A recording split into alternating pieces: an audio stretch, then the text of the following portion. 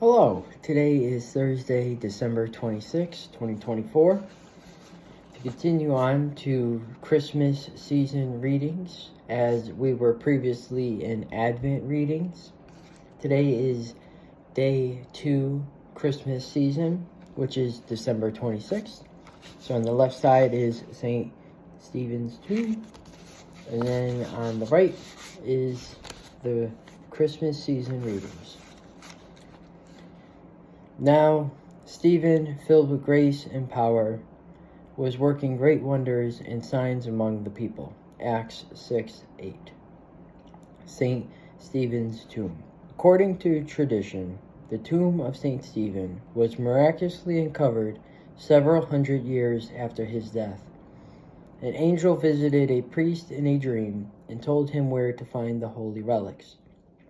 When the tomb was opened, it was reported the earth shook, a pleasing aroma filled the air, and instantaneous healings happened among those gathered.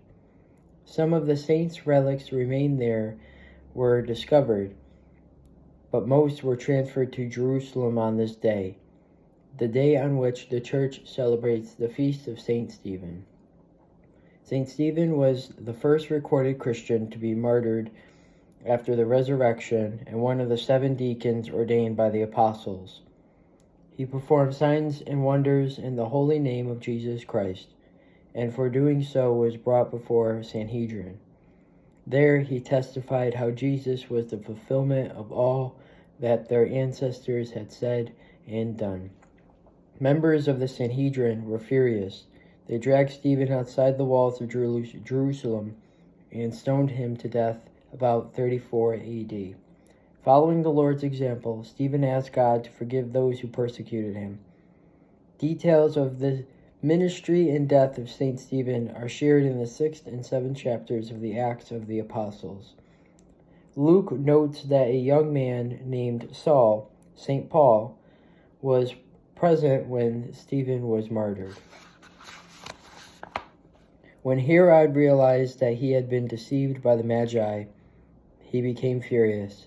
He ordered the massacre of all the boys in Bethlehem and its vicinity 2 years old and under, in accordance with the time he had ascertained from the Magi. That's Matthew 2:16. Mary and Joseph may have known the families of these children. One can only guess their feelings when they later heard the chilling news. We're back to the question, how can God let such things happen? Not one of us who had the power to step in and prevent someone from getting hit by a car would just sit there and watch it happen. Why does God do that? We can't fully understand this, but perhaps an analogy will help. It's something like an air traffic controller directing a pilot to change to such and such a course to avoid a collision. But the pilot doesn't do it. The person in the tower is a controller, but the person in the cockpit is a free person. Our freedom is not a perk. It's radically part of being a human person. We can freely choose to shut the all-powerful God out of our lives, and we really can choose a future without God. We have the freedom to do that. By the way, am I using my freedom well? Spend some quiet time with the Lord. So I appreciate you for being here, and I'll catch you in tomorrow's readings.